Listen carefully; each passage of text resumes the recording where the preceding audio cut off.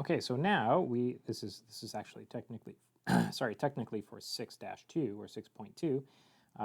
We are in part 2 of our notes, so we're on the second page of our blank notes, and we're looking at trig functions of angles and standard position.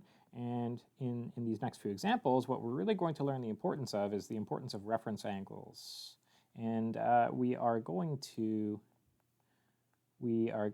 look at reference angles and compare their values with the corresponding angles in standard position. So let's do that. For the first example, we want to express sine of 130 using sine and the reference angle for sine of 130. So in other words, what we want to do is we want to relate sine of 130 and sine of the reference angle for 130. So what is the reference angle for 130?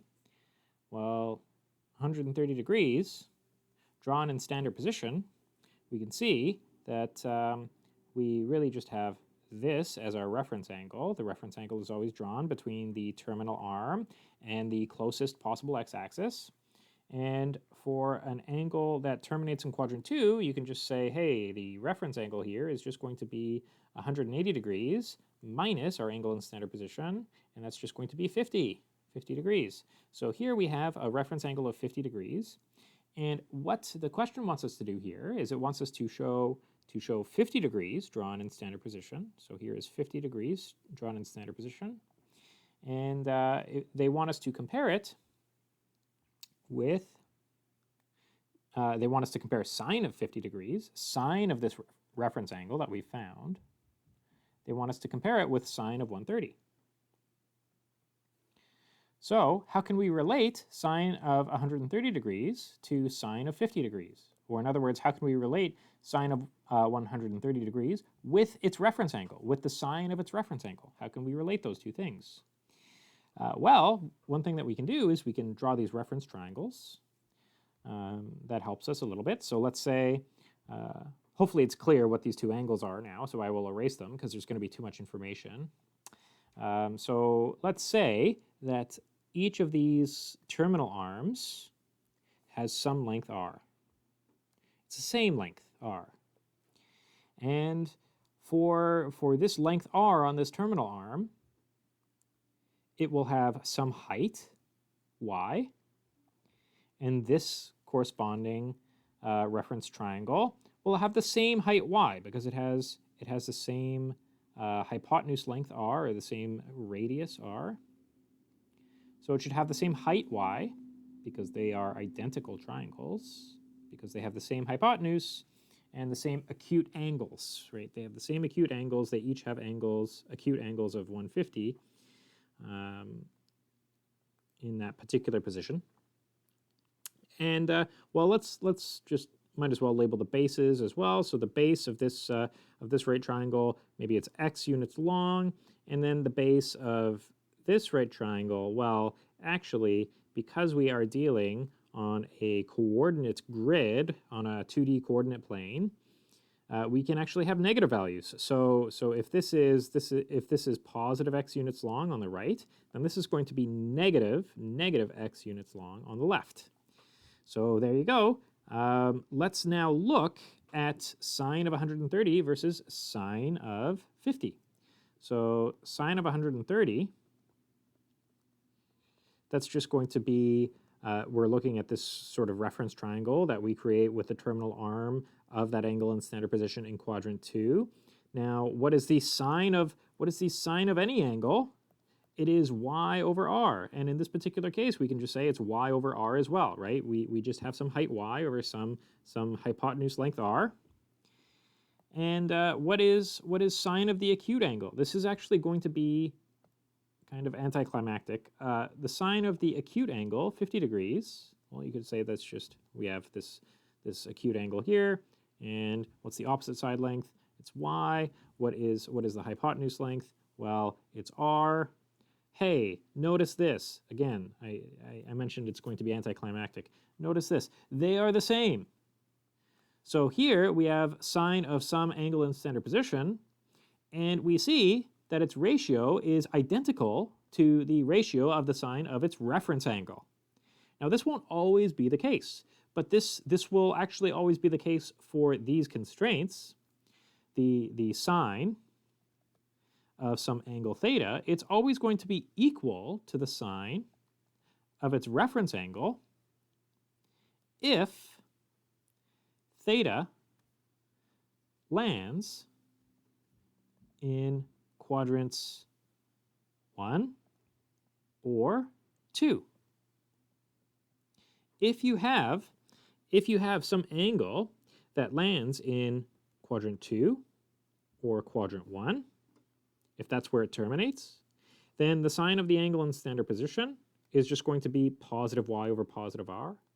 And the sine of its reference angle is also just going to be positive y over positive r. So this is something to remember. The sine of some angle in standard position is always going to be equal to the sine of its reference angle if the angle in standard position lands in quadrant 2 or quadrant 1. Now let's look at sine of 300 degrees.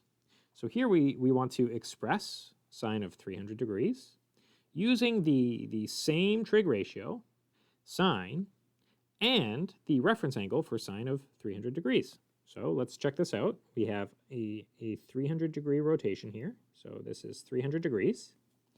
And we have some, corresponding reference angle that we can draw in between the terminal arm and the closest x-axis.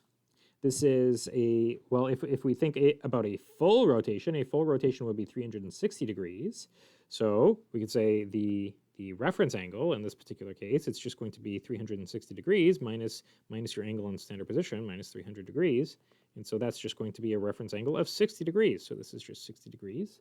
And what it wants us to do is compare sine of our angle in standard position with the sine of the reference angle for 300 degrees. So we want to compare sine of 300 degrees to sine of its reference angle, which is 60 degrees. Will we get the same result that we got in the previous question, right? Will they be equal? Will sine of this angle in standard position be equal to the sine of its reference angle? We will see. So if we look and draw some triangles here, so here, this is the corresponding triangle, the corresponding right triangle that we could draw for some angle of 300 degrees. Well, what can we do about this? We can label all of the side lengths of this triangle. So we can say that this is just some length r, and let's just say that this terminal arm on the right here is also the same length r. And we can say that for this height, we can say it's some length y, but it's in the negative y direction. And we can say that the base of this right triangle, it's some length x. So there we go. So we've labeled this corresponding right triangle for this angle of 300 degrees in standard position. And now let's look at this angle, this reference angle in standard position. So our reference angle for 300 degrees was 60 degrees. We want to draw that in standard position. Maybe I'll do that in red just to distinguish it. So here I have 60 degrees. It's the reference angle for 300 degrees, but just drawn in standard position, drawn from this initial arm, drawn from the positive x-axis. Terminates in quadrant 1, as all reference angles should if we were to draw them in standard position. And we've got this corresponding triangle, this corresponding right triangle. And because this has the same length, hypotenuse length r as this sort of reference triangle in quadrant 4, it'll have the same height. So what was the height of this triangle? Well, it was a distance of y units, but in the negative y direction. This is a distance of y units, but in the positive y direction. And this is still a distance of x units. The base is still a distance of x units in the positive x direction. So what we're going to do is we're going to look at what the sine of, I'll leave this question mark here. We're going to look at what the sine of 300 degrees is in this case. So sine of 300 degrees. Sine of 300 degrees is equal to sine of 300 degrees is equal to this height, negative y units, over the hypotenuse length, r, right? We can look at this sort of typical definition for a sine being opposite over hypotenuse, or we can just sort of look at no, that's the best way to think about it, I think. And now we can compare that with the sine of 60 degrees.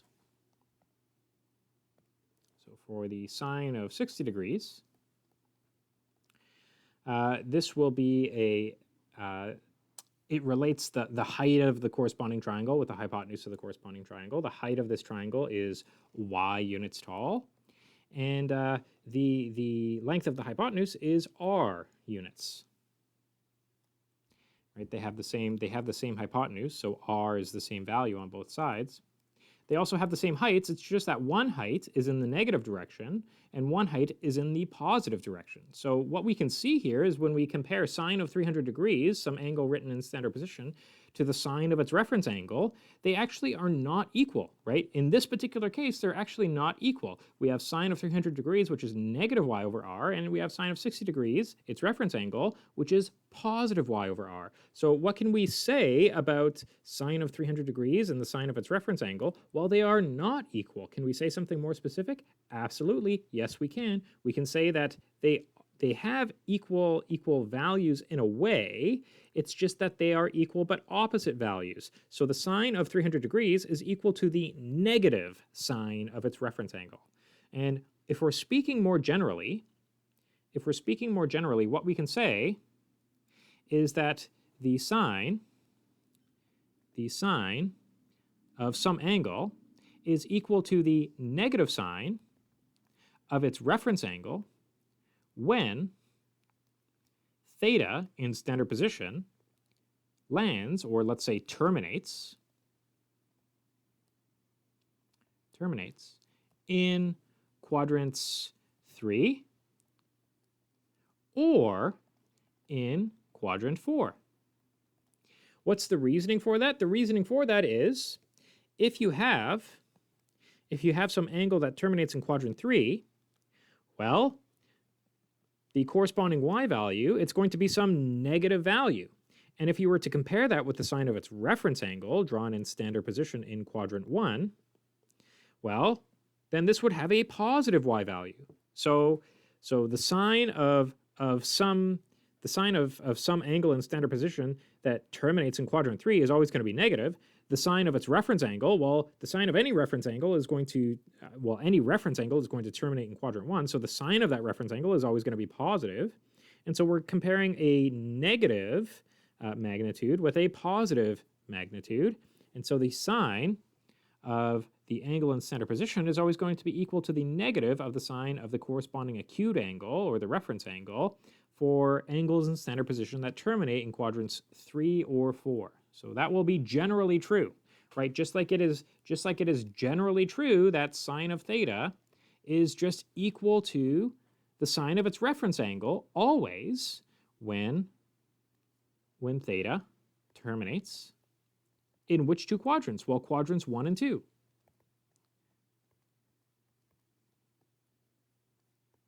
The reason for that is the sine of a reference angle drawn in standard position, right? If we take some reference angle, it's always going to be an acute angle, right? And so it'll always terminate in quadrant 1 if we're to draw it in standard position.